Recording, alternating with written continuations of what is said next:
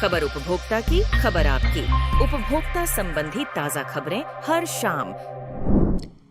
कई बार दुकानदार खरीदार को फोन नंबर देने के लिए बाध्य करते हैं, लेकिन यह गैर कानूनी है।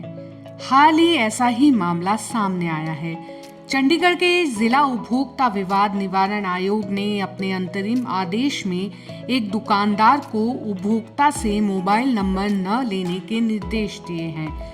सेक्टर 35 की एक दुकान के मालिक के खिलाफ शिकायत दर्ज कराई गई थी। उपभोक्ता ने आरोप लगाया कि जब उन्होंने दुकान से उत्पाद खरीदे तो बिल जारी करने के बहाने उनका मोबाइल नंबर अनिवार्य रूप से ले लिया गया।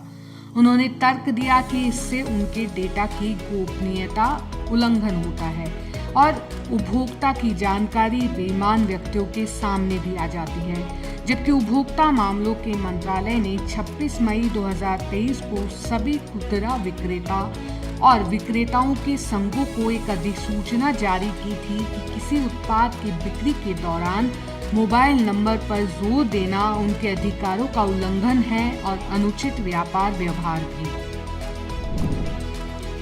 एक ऑनलाइन शॉपिंग ऐप पर जूते का ऑर्डर करने पर उपभोक्ता को साबुन का पैक भेजने पर ई-कॉमर्स कंपनी और लॉजिस्टिक कंपनी की ओर से उपभोक्ता को 30,000 रुपये मुआवजा दिया जाएगा।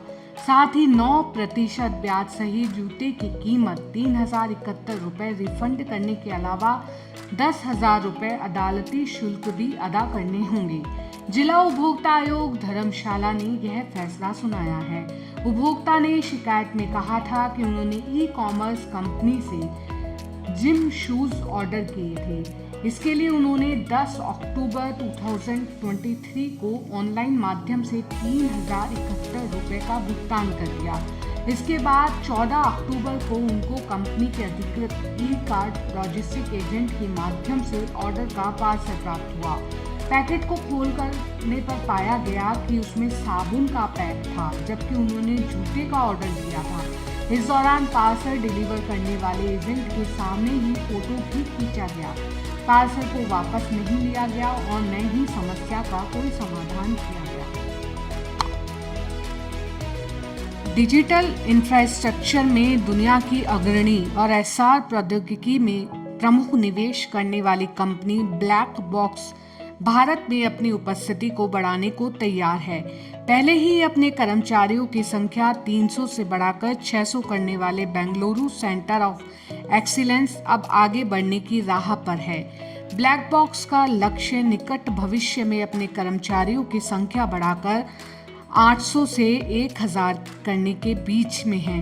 कंपनी की रणनीति व्यापक भर्ती, प्रशिक्षण, प्रक्रिया अनुकूलन और डेटा सेंटर प्रबंधन को आगे बढ़ाने के लिए अत्याधुनिक प्रौद्योगिकी का इस्तेमाल करना शामिल है। अधिकारियों ने कहा कि अपनी गतिविधियों के संचालन के लिए भारत हमारे केंद्र में है।